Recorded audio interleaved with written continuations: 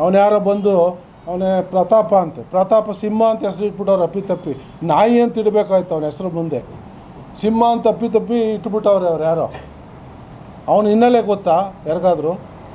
ಅವನ ಹೆಂಡ್ತಿನೇ ಅವ್ನು ಸಹಿಸ್ಕೋದೇ BJP ಹೈಕಮಾಂಡ್ಗೆ ಕಂಪ್ಲೇಂಟು ಬರೆದಿರೋದು ಮೊನ್ನೆ ಯಾರೋ ಮಾತಾಡ್ತಿದ್ದಾರೆ ಮೈಸೂರಲ್ಲಿ.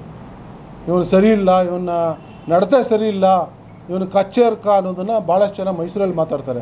ಅದಕ್ಕೋಸ್ಕರನೇ ಅವನಿಗೆ BJP ಟಿಕೆಟ್ ಕೊಡ್ದೇ ಕ್ಯಾಕು ಸುಗ್ದು ಮನೇಲಿ ಕುಣಿಸಿದ್ದಾರೆ BJP ಹೈಕಮಾಂಡವರು.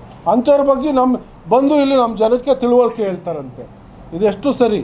ಇದನ್ನು ನಂಬಬೇಕಾ ನಮ್ಮ ಜನ? ಯುವಕರನ್ನೆಲ್ಲ ದಾರಿ ತಪ್ಪಿಸೋ ಕೆಲಸ ಮಾಡ್ತಾವ್ರೆ, ಪ್ರಚೋದನೆ ಭಾಷಣ ಮಾಡೋದು, ಯುವಕರನ್ನ ದಾರಿ ತಪ್ಪಿಸೋ ಕೆಲಸನ ಇವರು ಮಾಡ್ತಿದ್ದಾರೆ. ಇನ್ನೊಬ್ಬರು ಬಂದು ಹೇಳ್ತಾರಂತೆ ನಾನು ಮೋಸ ಮಾಡೋಕ್ಕೆ ಹೋಗಿದ್ದೀನಿ ಅಂತ. ಇವರೆಲ್ಲ ಎಲ್ಲಿದ್ದರು?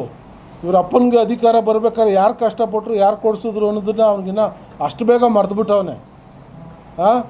ಅವರಪ್ಪ ಏನೇನು ಯಾವ ಕೇಸ್ ಫಿಕ್ಸ್ ಆಗದೆ, ಯಾರು ಲಂಚ ತಗೊಂಡು ಅಕೌಂಟಲ್ಲಿ ಲಂಚ ತಗೊಂಡು ಜೈಲ್ಗೆ ಹೋದವ್ರು ಯಾರು? ಮಂತ್ರಿಯಾಗಿ ರೇಪ್ ಕೇಸ್ ಬಿಟ್ಟು ಮಾಡಿಸ್ಕೊಂಡು ಜೈಲ್ಗೆ ಹೋದವ್ರು ಯಾರು?